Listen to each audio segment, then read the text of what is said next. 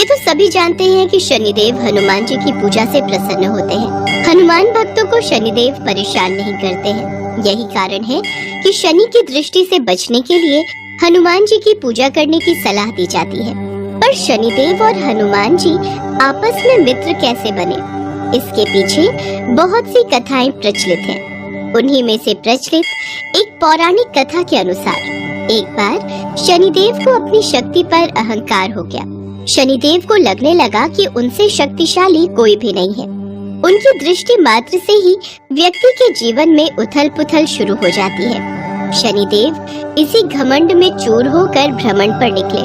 तभी उनकी दृष्टि हनुमान जी पर पड़ी। उस समय हनुमान जी अपने प्रभु श्री राम की साधना में लीन थे और राम नाम का जप कर रहे थे। राम राम राम राम राम। भगवान श्री राम की भक्ति में डूबे हनुमान जी को देख शनिदेव ने उन पर अपनी वक्र दृष्टि डाली, लेकिन हनुमान जी पर कोई प्रभाव नहीं हुआ। इससे शनिदेव क्रोधित हो गए। उन्होंने हनुमान जी को ललकारा, ए वानर, देख तेरे सामने कौन खड़ा है।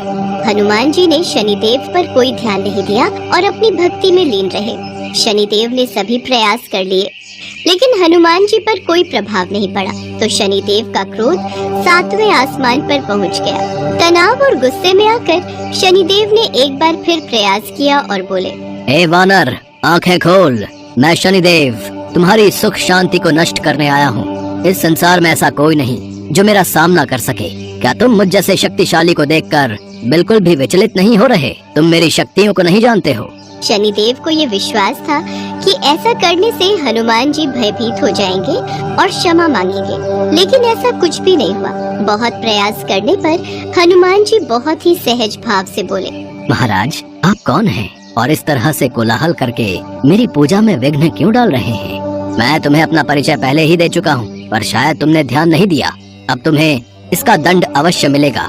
मैं अभी इसी समय तुम्हारी राशि में प्रवेश करने जा रहा हूँ, तब समझ में आएगा कि मैं कौन हूँ। हे शनिदेव, आप कहीं और जाएं और मुझे अपने प्रभु का स्मरण करने दें। कृपया करके मेरी साधना में विघ्न उत्पन्न करने की चेष्टा न करें। हनुमान जी की ये बात सुनकर शनिदेव का क्रोध और बढ़ गया। उन्होंने हनुमान जी की भुजा पकड़ ली और अपनी तरफ खींचने लगे। हनुमान जी को लगा जैसे उनकी भुजा को किसी ने दहकते अंगारों पर रख दिया हो। उन्होंने तुरंत एक झटके से अपनी भुजा को शनिदेव की पकड़ से छुड़ाया। इसके बाद शनिदेव ने विकराल रूप धारण कर उनकी दूसरी बाह को पकड़ने की कोशिश की तो हनुमान जी को भी क्रोध आ गया और उन्होंने अपनी पूंछ में शनिदेव को लपेट लिया। मैंने आपसे कहा था कि आप मेरी पूजा में विघ्न न डालें, पर आपने मेरी बात को नहीं सुना। अब जब तक मैं प्रभु श्री राम की आराधना करता हूँ, तब तक आप मेरी पूंछ से बंधे रहेंगे, ताकि आप मेरी पूजा में विघ्न न डाल सके। ए वानर, तुम तो क्या, तुम्हारे प्रिय श्री राम भी मेरा कुछ नहीं बिगाड़ सकते। शनिदेव की ये बात सुनकर हनुमान जी को अत्यंत क्रोध आ गया और वो शनिदेव को पूंछ में लपेटकर पहाड़ों और वृक्षों पर खूब उठा कर पटकने और रगड़ने लगे। इससे शनिदेव की हालत खराब हो गई। अंत में शनिदेव को अपनी गलती का एहसास हुआ और वो हनुमान जी से बोले, दया करे वानर राज, मुझे अपनी गलती का एहसास हो गया है। मुझे क्षमा करें। भविष्य में मैं आपकी छाया से भी दूर रहूंगा। हे शनिदेव, आपको मेरी छाया ही नहीं, मेरे भक्तों की छाया से भी दूर रहने का वचन देना होगा। मैं वचन देता हूँ, जो भी भक्त आपकी पूजा अर्चना करेगा, उसको मेरे कारण कभी भी कोई हानि नहीं होगी। मेरे घाव बहुत पीड़ा दे रहे हैं। हे शनिदेव, घबराइए नहीं, ये घाव मेरे दिए हुए हैं, इसलिए इन घावों की पीड़ा भी मैं ही दूर करूंगा। आप यहाँ विराजिए, मैं आपके घावों पर ये सरसों का तेल लगा देता हूँ। इससे आपके घाव बिल्कुल ठीक हो जाएंगे। हनुमान जी ने शनिदेव के घावों पर सरसों का तेल लगाया, जिससे शनिदेव को आराम मिला और देखते ही देखते उनका पूरा दर्द खत्म हो गया। हे वीर हनुमान, आज आपके द्वारा लगाए सरसों के तेल ने मेरी सारी पीड़ा हर ली। भविष्य में जो भी भक्त शनिवार के दिन मुझ पर तेल चढ़ाएंगे, मैं उनके जीवन की सारी पीड़ा हर लूंगा। मुझ पर शनिवार को तेल चढ़ाने वाले भक्तों के जीवन के सारे दुख दूर हो जाएंगे। अपने मित्र शनि की भूल को क्षमा कर दीजिए, मैं आपको अपने हृदय से लगाना चाहता हूँ। हनुमान जी मुस्कुराए और शनिदेव के हृदय लग गए। उसी दिन से शनिदेव और हनुमान जी में मित्रता हो गई। तब से शनिवार के दिन शनिदेव पर तेल चढ़ाने की परंपरा बन गई। शनिवार के दिन हनुमान जी की पूजा का भी बहुत महत्व है। कहा जाता है कि शनिवार के दिन हनुमान जी की पूजा करने से शनिदेव प्रसन्न होते हैं और भक्तों पर हनुमान जी और शनिदेव दोनों की कृपा बनी रहती है।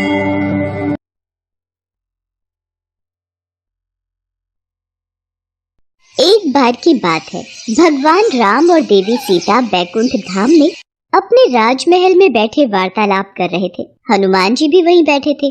वार्तालाप के बीच में माँ सीता भगवान राम से बोली, प्रभु, बहुत समय से धरती का चित्रण नहीं देखा। पृथ्वीवासी सब प्रकार से कुशल मंगल तो है ना? मैं सोच रही थी एक बार धरती का चित्रण मेरे समक्ष अंकित कर देते तो मैं धरती वासियों का हालचाल जान लेती। देवी सीता, आपको चिंतित होने की आवश्यकता नहीं है। मैं अभी आपको धरती का चित्र दिखाता हूँ।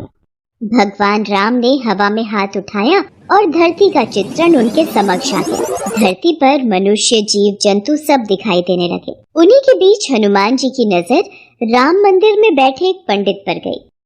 राम सिया राम जय जय राम। राम सिया राम जय जय राम।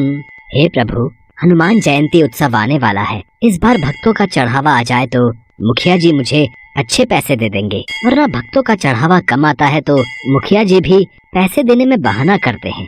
किस सोच में डूबे हो पंडित जी? क्या विचार किया है? हनुमान जयंती पर ऐसा क्या प्रस्तुत करोगे ताकि भक्तों की भीड़ लगी रहे? देखो पंडित जी, अब ये कथा कीर्तन सुनने कोई नहीं आता। एक दो भक्तों से कितना चढ़ावा इकट्ठा हो जाएगा ये आप भी जानते हो। और अगर इस हनुमान जयंती पर ज्यादा चढ़ावा नहीं आया तो फिर मुझे कुछ और ही सोचना होगा। वैसे भी आपकी उम्र हो चली है, अब आप राम मंदिर की जिम्मेदारी नहीं संभाल पाओगे। मुखिया जी, ऐसा न कहिए। गांव में राम मंदिर की पूजा करते हुए मुझे कई वर्ष बीत गए हैं और इसी मंदिर के कार्यभार के सहारे मेरा परिवार चलता है। लक्ष्मी बिटिया की शादी की बात पक्की कर दी है। अचानक ये मंदिर का कार्य छूट गया तो लक्ष्मी की शादी कैसे कर पाऊंगा? ठीक है, फिर हनुमान जयंती उत्सव आने तक ऐसी रौनक लगाना कि भक्तों की भीड़ दिन रात राम मंदिर में आती रहे। मंदिर में हनुमान जी की सोने की मूर्ति लगवानी है। इसके अलावा जितना चढ़ावा आएगा कार्य उतनी जल्दी संपन्न होगा। हे बजरंगबली, अब मैं क्या करूं कि राम मंदिर में भक्तों की भारी भीड़ उमड़ पड़े। हनुमान जयंती को तो अब आप ही कुछ कीजिए, मेरी सहायता कीजिए बजरंगबली। प्रभु, मुझे लगता है पुत्र हनुमान को सहायता के लिए जाना चाहिए। सीते, हम भी हनुमान को यही कहने वाले थे। पवन पुत्र, तुम इसी समय धरती लोक पर जाओ और पंडित जी की सहायता करो। उन्होंने तुम्हें सच्चे हृदय से पुकारा है। ठीक है प्रभु, मैं इसी समय धरती लोक पर पहुंच जाता हूँ। हनुमान, तुम्हें साधारण मनुष्य की भांति ही पंडित जी की सहायता करनी होगी और आवश्यकता पड़ने पर ही अपनी शक्तियों का उपयोग करना। श्री राम और माता सीता की आज्ञा पाकर हनुमान जी मनुष्य रूप में धरती लोक में पंडित जी के पास पहुँचे। जय श्री राम पंडित जी, मैं बड़ी दूर से आया हूँ। क्या कोई काम मिलेगा? आपकी अति कृपा होगी। काम? इस मंदिर में तुम्हें काम तो दे दूं, पर मेरे पास इतनी धनराशि नहीं कि तुम्हें तनख्वाह दे सकूं। पंडित जी, काम के बदले में आप मुझे रोजाना मंदिर के चढ़ावे के फल खाने को दे दिया करना। मेरे लिए वही काफी है। इसे काम पर रख लेता हूँ। मंदिर के कार्य में मेरी सहायता करेगा तो मुझे भी सहारा मिलेगा। अब ठीक है, तुम आज से ही मंदिर की साफ सफाई और पूजा की व्यवस्था का कार्य कर दिया करना। हनुमान जी मंदिर का सारा कार्यभार संभालने लगे। पंडित जी बदले में हनुमान जी को भगवान राम के प्रसाद में चढ़े फल खाने को दे दिया करते। हनुमान जी के आ जाने से पंडित जी को भी सहारा हो गया था। एक सुबह जब पंडित जी कथा कर रहे थे, हनुमान जी अपने असली रूप में आ जाते हैं और मंदिर में भजन गाते हुए नृत्य करने लगते हैं। आते जाते भक्तों की भीड़ लगनी शुरू हो जाती है। भक्त मंदिर में चढ़ावा चढ़ाकर और आशीर्वाद लेकर हनुमान जी के भजन और कीर्तन नृत्य का आनंद ले रहे थे। ये सदानंद बजरंगबली की वेशभूषा पहनकर कितनी सुंदर झांकी प्रस्तुत कर रहा है। भक्त भी सदानंद को हनुमान जी के रूप में देखकर खुश हो रहे हैं। अब तो हनुमान जी पंडित जी के साथ मंदिर में अपने असली रूप में भजन कीर्तन करते और भक्त झांकी को देखकर खूब आनंद लेते। धीरे धीरे मंदिर में भक्तों की भीड़ लगने लगी और हनुमान जयंती उत्सव आते तक मंदिर में बहुत मात्रा में चढ़ावा आ गया। अरे वाह पंडित जी, इस बार तो कमाल हो गया। इस बार तो मंदिर में अच्छा चढ़ावा चढ़ा है। अब मंदिर की मूर्ति की स्थापना भी हो जाएगी। मुखिया जी, ये सब कार्य सदानंद के कारण परिपूर्ण हुआ। सदानंद ने हनुमान जी की वेशभूषा पहनकर मंदिर में बहुत ही सुंदर नृत्य और भजनों से भक्तों के बीच रौनक लगाई। फिर तो बहुत अच्छी बात है सदानंद, इस हनुमान जयंती पर महाकीर्तन में ऐसी ही वेशभूषा में कार्यक्रम प्रस्तुत करना। हनुमान जयंती उत्सव का दिन आ गया। हनुमान जी खूब नृत्य कर रहे थे। तभी आओ वीर सिंह, सुमित्रा, अच्छा हुआ आज तुमने वीर सिंह को भी उत्सव का न्योता दे दिया। पंडित जी, ये मेरा साला है। हनुमान जी की सोने की मूर्ति स्थापना में आज इसके भी शुभ हाथ लग जाएंगे। जीजा जी, हनुमान मूर्ति तो काफी भारी बनवाई है, बड़ी महंगी रही होगी। साले साहब, ये मूर्ति मंदिर के चढ़ावे में आए पैसों से बनी है। ये मंदिर की अमानत है, काफी पहुँचे हुए सुनार ने बनाई है। आओ स्थापना करते हैं। राम मंदिर में हनुमान जी की सोने की मूर्ति स्थापित हो जाती है और खूब धूमधाम से हनुमान जयंती का उत्सव होता है। पर अगले दिन, हे राम, हनुमान जी की मूर्ति कहाँ गई? मंदिर से मूर्ति चोरी हो गई। जीजा जी, हो ना हो, ये हनुमान जी की सोने की मूर्ति पंडित जी ने ही चुराई है और उनकी बेटी का ब्याह है और उन्हें पैसों की जरूरत है। तुम ठीक कह रहे हो वीर सिंह। पंडित जी को जब पुलिस पकड़ कर ले जाएगी तभी वो सच बोलेंगे। ऐसे उनके मुंह से सच नहीं निकलेगा।